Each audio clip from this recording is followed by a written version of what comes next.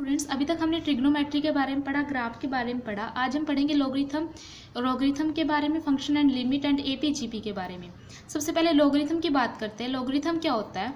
Actually क्या हुआ, हमारी फर्दर हायर कैलकुलेशंस को इजी बनाने के लिए हमने एक टर्म ड्राइव कर दी, दैट इज लॉगरिथम। इसके अंदर आपका लॉग टेबल आता है। लॉग टेबल के बारे में मैं आपको ऑफलाइन क्लासेस में ही एक्सप्लेन कर सकती हूँ। फिलहाल आप लॉगरिथम का बेसिक समझ लीजिए, लॉगरिथम होता क्या है और इसके बेसिक फॉर्मूला क्या क्या सोल्व करने के लिए जो हमारे फिजिक्स में यूज होते हैं। Logarithm of a number with respect to a given base is a power to which the base must be raised to the represent that number. Actually क्या होता है कि लॉगरिथम को हमने सोल्व करने के लिए उसे एक बेस दे दिया, एक गिवन बेस, और एक नंबर है जिसकी हमारे पास कोई पर्टिकुलर पावर होगी। ये इस तरह के क्वेश्चंस को सोल्व करने के लिए हमारे पास लॉगरिथम आ गया है। लॉगरिथम को हम फर्दर हायर कैलकुलेशन की multiplication, addition, subtraction and division, इनके लिए भी यूज़ कर सकते हैं।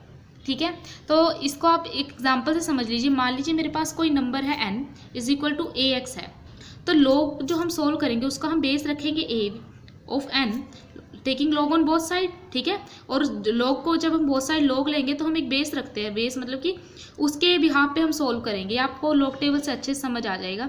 log with base to a and a raise to the power x, और जब हम इसको सोल्व करेंगे तो हमारे पास यहाँ पे x वैल्यू आ रही है। फिलहाल आप लॉगरिथम से रिलेटेड कुछ बेसिक फॉर्मूलाज को समझ लीजिए, जैसे कि log of m divided by n। ध्यान रखिएगा, m डिवाइडेड बाय n का log है, तो ये डिवीजन क्या हो जाएगा, सब्ट्रैक्शन में चेंज हो जाएगा। हम क्या करेंगे, log ऑफ m का log अलग माइनस log ऑफ n हो जाएगा। इसको हम उल्टा भी लिख सकते हैं, log of m minus log of n is equals to log m divided by n। Similarly जब हमारे पास प्लस का साइन हो तब मल्टीप्लीकेशन आ जाएगा, जब मल्टीप्लीकेशन हो तब प्लस का साइन आ जाएगा, यानी कि log of m into n will become log of m plus log of n। और जब पावर हो that is log of m raise to the power n, तो पावर हमारी आगे आ जाएगी और log हमारे सिर्फ जो बेस टर्म है उसका निकाला जाएगा, that is n log m हो जाएगा। या फिर जब हमारे पास n log m सोल्व करना हो तो ये पावर ऊपर चली जाएगी और ये होल का log हो जाएगा। Is that clear? अब log में फर्दर हमारे पास दो टाइप के होते हैं, नेचुरल log। नेचुरल log क्या होता है, जब हमारे पास बेस क्या हो, e हो, यानी कि log बेस टू e।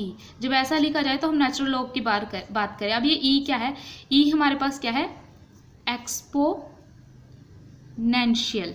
इसको हम एक्सपोनेंशियल बोलते हैं, एक्सपोनेंशियल टर्म होती है। इसकी वैल्यू क्या होती है, 1 plus 1 divided by 1 factorial plus 1 divided by 2 factorial up to n terms तक जाती है। और जब हम इसको सोल्व करते हैं, इस e की वैल्यू हमारे पास क्या आती है सोल्व करके, ये आपको लर्न रखनी है, 2.718, अप्रोक्सली 2.718 हमारे पास e की वैल्यू आती है। अब आती है कॉमन लॉगरिथम, जब हमारे पास क्या हो, बेस हो 10 हो। एंटी लॉगरिथम, ध्यान रखिएगा, लॉगरिथम और एंटी लॉगरिथम में फॉर्मूलाज बिल्कुल सेम होते हैं, बस एंटी लॉग क्या है, वो रिवर्स ऑफ लॉगरिथम है। इसमें अगर कुछ फर्क होता है लॉग और एंटी लॉग में, तो बस ये होता है कि इनकी टेबल अलग अलग होती है। लॉगरिथम की टेबल अलग है और एंटी लॉगरिथम की टेबल अलग है। अब नेक्स्ट टॉपिक पे हम जाते हैं अपने AP GP. A stands for arithmetic progression and P stand for geometrical progression.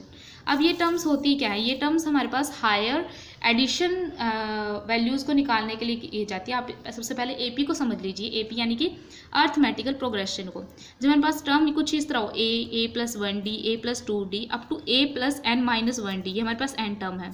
यहाँ पे फर्स्ट टर्म क्या है, ए है, और इन सब टर्म्स का अगर मैं डिफरेंस लूँगी, अगर इनमें से किन्हीं भी दो टर्म का मैं डिफरेंस लूँगी तो उसको मैं डी से डिनोट करूँगी, वो मेरा क्या होगा, कॉमन डिफरेंस। ठीक है, अब इन सभी टर्म का अगर मैं सम निकालती हूँ, सम ऑफ n टर्म्स निकालती हूँ, तो मेरे पास ये फॉर्मूला आता है Sn is equal to n divide by 2 a plus n minus 1d। अब ये है क्या, ये a क्या है, मेरी फर्स्ट टर्म है। ठीक है, a क्या है, मेरी फर्स्ट टर्म है, और a plus n minus 1d ये जो है ये मेरी क्या है, लास्ट टर्म है। यानी Sn यानी सम ऑफ n टर्म मेरे किसके इक्वल हो जाएगा, n/2 first term plus last term. ठीक है, यहाँ से ये फॉर्मूला आया है हमारे पास। इसको आप एक एग्जांपल से अच्छे से समझ आ जाएगा आपको। मान लीजिए मेरे पास कोई टर्म है 4 plus 8 plus 12 plus up to 64 यानी 64 तक है।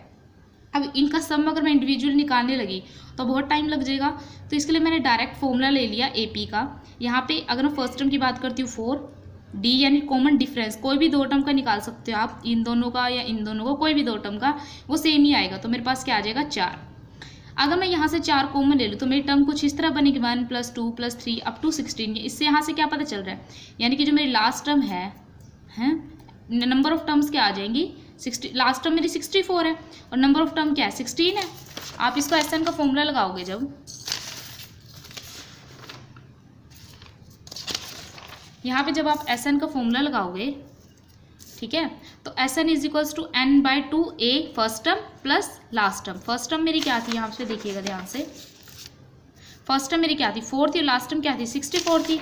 इसलिए तो first term n/2a + 4 + 64 last term, तो n क्या था 16 था, n/2 यानी 16/2 कट जाएगा। जब मेरा सोल्व होकर आएगा आंसर तो ये 54 आएगा। आप उसको कैलकुलेटर से भी सोल्व करके देख ले सकते हैं, आंसर सेम ही आएगा। इसके लिए हमने कुछ डायरेक्ट फॉर्मूला ड्राइव कर दिया कि अगर मेरे पास n नेचुरल नंबर का जो सम होएगा वो हमेशा इसके बराबर n × n + 1/2 के बराबर होगा। n मेरा कोई भी नेचुरल नंबर हो सकता है। अगर मैं इनका स्क्वायर कर दूँ तो n × n + 1 2n + 1 / 6 के बराबर होगा। और अगर मैं इनका क्यूब कर दूँ 1³ + 2³ + 3³ अप टू n³ कर दूँ, n × n + 1 / 2 होल स्क्वायर के बराबर हो जाएगा, यानी कि जो फर्स्ट टर्म है उसका होल स्क्वायर के बराबर हो जाएगा। अब GP की बात करते हैं, यानी कि जियोमेट्रिकल प्रोग्रेशन की बात करते हैं।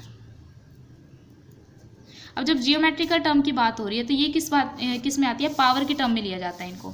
पावर के टर्म में कैसे, जब मेरे पास टर्म कुछ इस तरह हो AR + AR² + AR³ up to ARn-1 तक हो, तब इन टर्म्स का सम किसके बराबर होगा, A इंटू में A - r⁻n, n मेरी क्या है नंबर ऑफ टर्म्स हैं, डिवाइडेड बाय n क्या है नंबर ऑफ टर्म्स। आप लिख दीजिए, नंबर A क्या है मेरी फर्स्ट टर्म है, A is the first term, n is the number of the terms and r is the common ratio. वहाँ पे कॉमन डिफरेंस था, यहाँ रेशियो है। रेशियो मतलब डिवीजन की बात करेंगे, ध्यान से देखिएगा कैसे होगा ये, डिवाइडेड बाय 1 - r।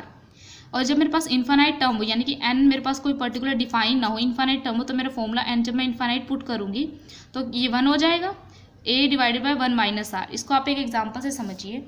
जैसे कि मेरे पास एक क्वेश्चन है 1 + 2 + 4 + 8 अप टू 256 है। इसको मैं इस तरह लिख सकती हूँ 1 + 2 + 2² + 2³ up to 2⁻8 is written as 256।